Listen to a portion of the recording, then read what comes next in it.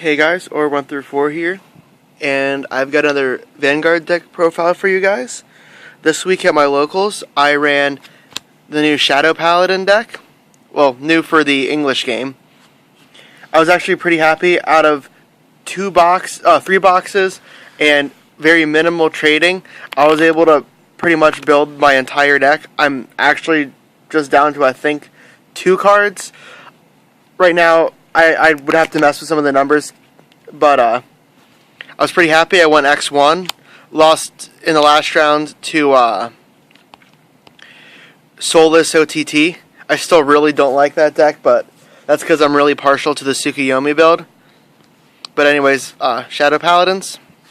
Starting Vanguard is Full Bow. Grade 0 lineup is the only one we really have right now. So the 4 Grim Reaper, 4 Abyss Freezer,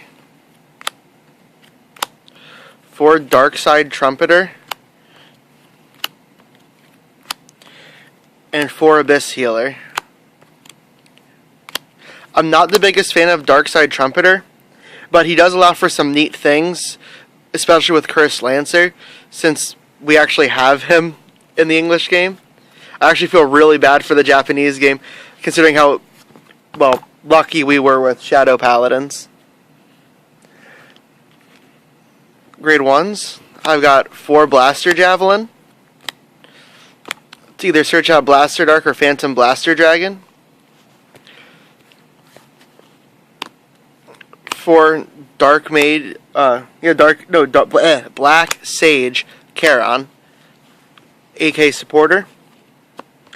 I'm running 1 Nostrum Witch Aryan Rod, just pretty much so I can get those excess grade 3s out of my hand if I need to, or if I'm really hurting early game and I get her. She's convenient to have. Then I've got 2 Garuru Bow. Originally, I wasn't the biggest fan of this card, but I wanted to use him, so I used him, and he's not that bad. He's kind of like Knight of Friendship K, except you have to be attacking the Vanguard, so he can float around a little bit. Like he's a 7K supporter, which is pretty nice.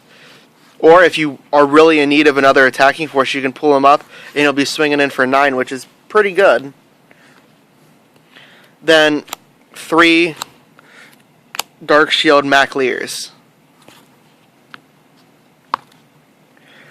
Grade 2s, I've got 3 Blaster Dark. I don't think you really need more than 3 Blaster Dark in this deck, just because it's easy to search him out with Blaster Javelin, or you're going to draw him. And he really isn't super necessary. He just makes your Phantom Blaster Dragon a 11K Vanguard, which is convenient to have. And you rarely use his Counterblast effect when you ride him. Next, I've got 4 Cursed Lancers. I think Cursed Lancer is really important to run in Shadow Paladin, considering their entire deck is pretty much Counterblast based. So I'm running 4 Cursed Lancers to maximize my damage on flipping. Feel really bad for Japan really not getting this card very good. Next, I got 2 Darkness Maiden Mahas. I was actually really lucky and ended up pulling an SP one. Really like Maha.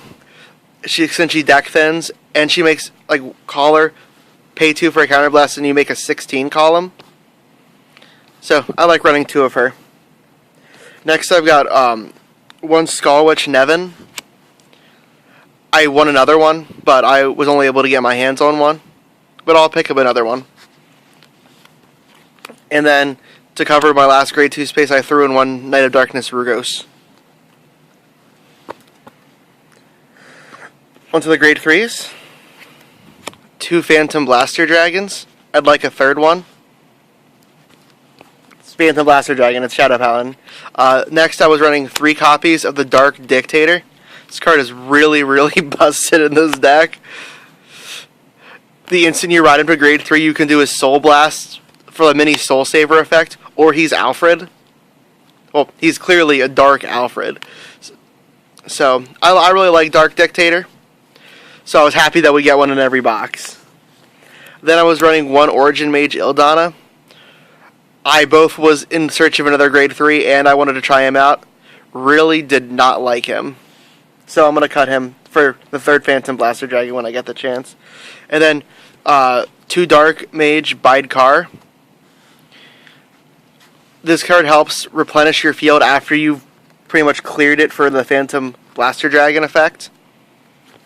I think it's nice to have. So that's the deck. And I'll catch you guys later.